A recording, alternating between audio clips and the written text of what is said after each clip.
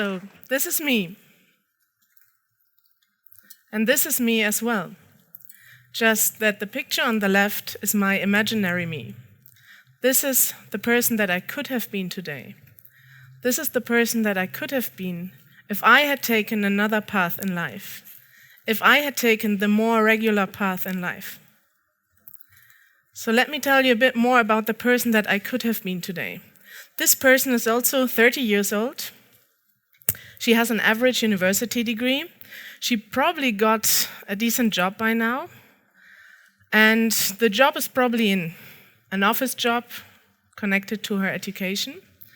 She is getting up every day at 7 probably. She goes to the job at 9. She comes back home at 5, around 5 or 6. And when she comes back home, she is usually quite tired because all of what she has been doing is following a job that she followed for no other purpose than earning money. She also has some great friends, so she spends great weekends, has nice talks, she goes for a beer, she takes some great trips. So it doesn't look like a really bad life, and it isn't. I would have enjoyed that life. Except for one thing, that I would have probably always been dreaming of doing something else, secretly dreaming of something else, while at the same time not having the courage to follow that dream. So this is not who I am. This is who I am today. And the person who I am today is different. The person who I am stands up whenever she wants.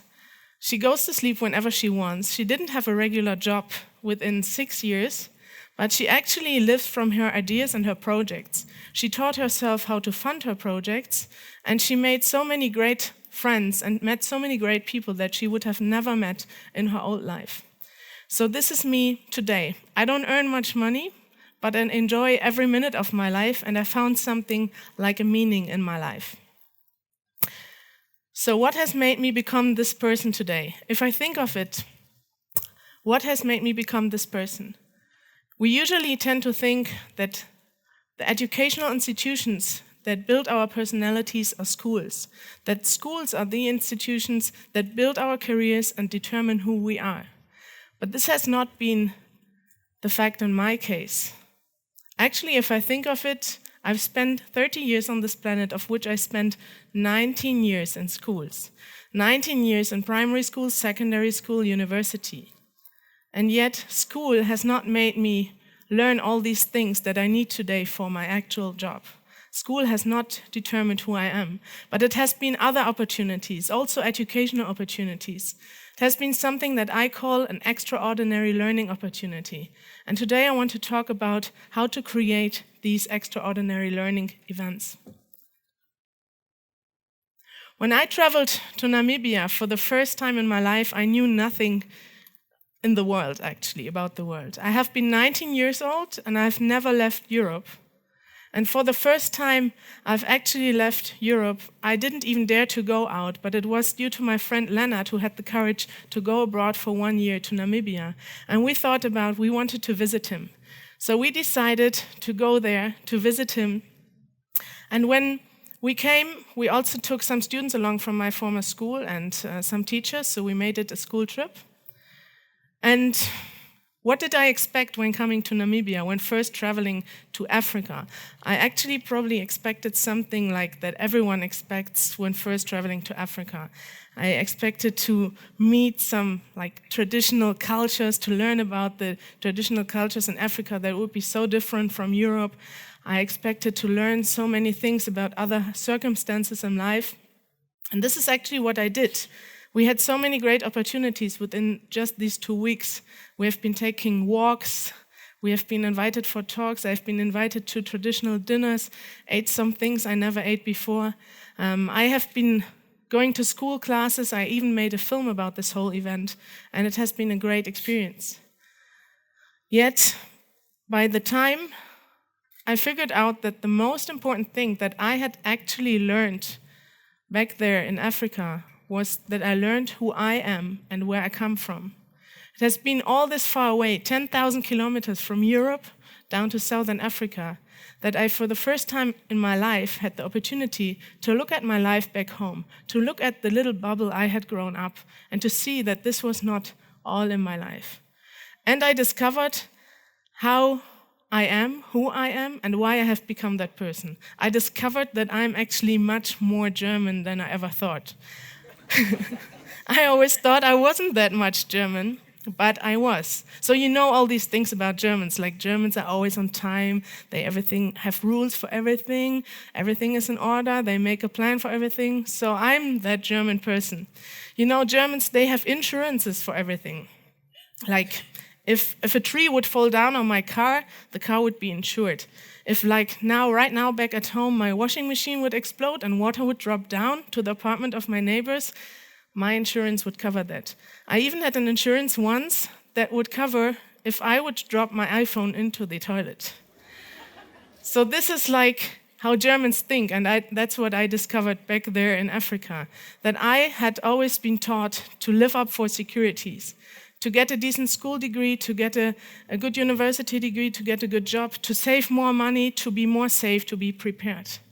But back there in Namibia, life was so different. You know, I met people who had nothing compared to me.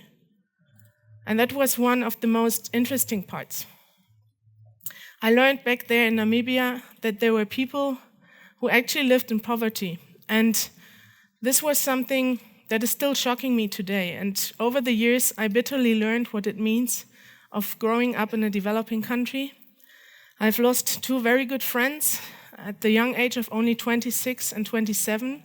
They died in occasions that would have likely not happened in Europe. But then there was this other side of the story. And this other side is that throughout all these years that I had traveled to Namibia and to other so-called developing countries, I have never seen a person who would be less happy than my people back at home. Never seen one person. And that was for me the most important thing, you know. Why would we build up all these things, all these securities, if in the end we worry more about losing all that than people with actual needs worried at all? So that has been my learning. That has been my extraordinary learning opportunity when I first went abroad. When we came back to Germany after this first trip, we were so eager to do something. We were so enthusiastic. We really wanted to start something and use our experiences for a good thing. So we built up an NGO. This is today called the Global Experience. And with that, we had so many ideas. We actually didn't have a plan, like I'm German, but we didn't have much of a plan at the mission. But we wanted to do all sorts of things. We wanted to work in education. We wanted to create exchange programs.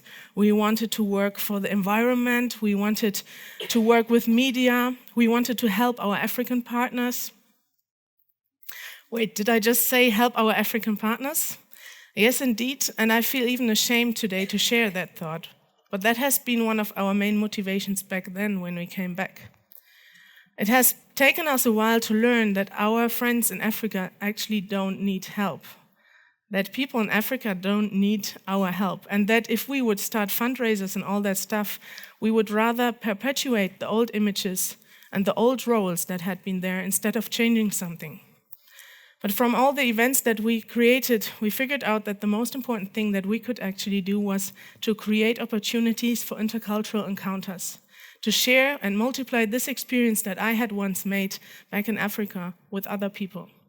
So we built up this community, and we took our students abroad to different countries, like to Namibia, to Ghana, to Poland, and we created a website because we wanted to have the people have a place to stay in touch. And this website that we had originally created for our partners, it suddenly grew globally. This was due to social media and the rise of social media. Like after we put our first videos on YouTube, suddenly people from all over the world would join our website. And even before most of us had a Facebook account, we had created a community with over 10,000 members from 140 nations who shared more than 5,000 photo stories and video stories to learn about each other's lives. So that had all happened in our community. Yet, the personal encounters have always remained the most important thing for me, taking actually people abroad. And this is what we did. We had this privilege to actually do whatever we wanted. You know, we could just try out. We taught ourselves how to get the fundings for that. So we started school exchange programs, international school meetings, meetings for students and young adults. We started internship programs, and every year we would just create something new because we had the ideas and we had actually the opportunities to do so.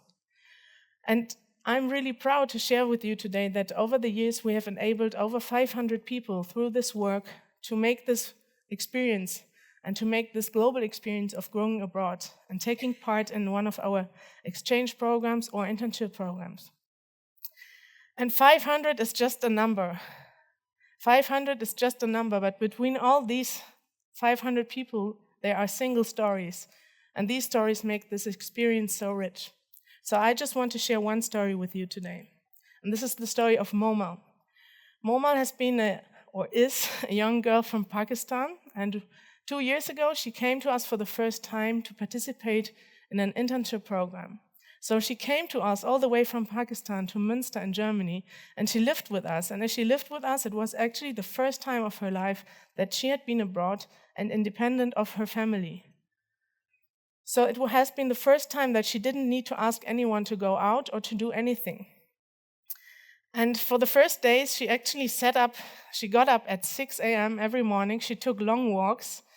And after a few days, I would call her and I would ask her, "Yeah, Momal, you're doing an internship here. When will you come to work?"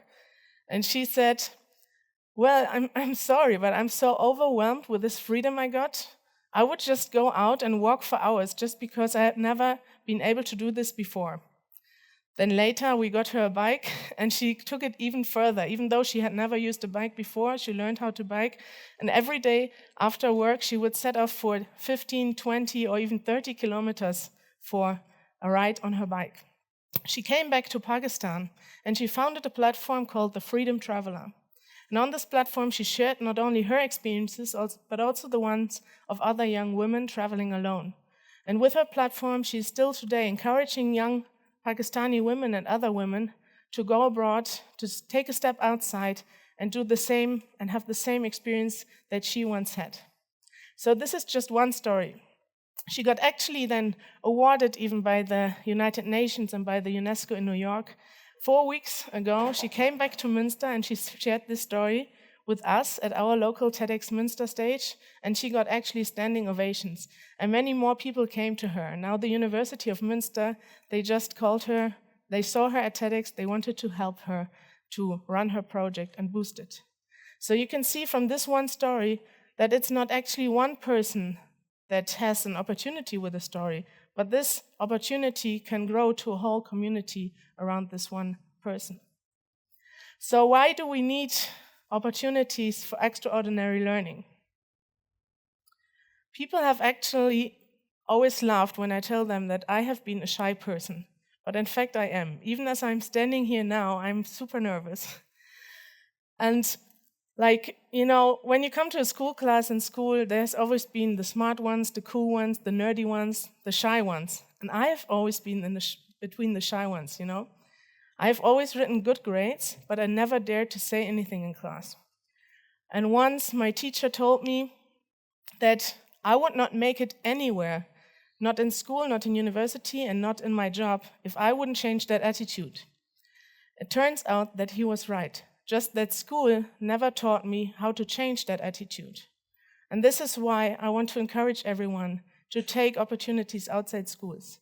Because there are a million things that we can learn that we would never learn inside schools. And maybe these are the opportunities that would create your future, your job, your career, or whatever determines your life. So as I stand here today, I would like to encourage you, don't wait for schools to create the person who you are. Don't wait for schools to build your careers or your personalities, but go out and experience yourself. Thank you.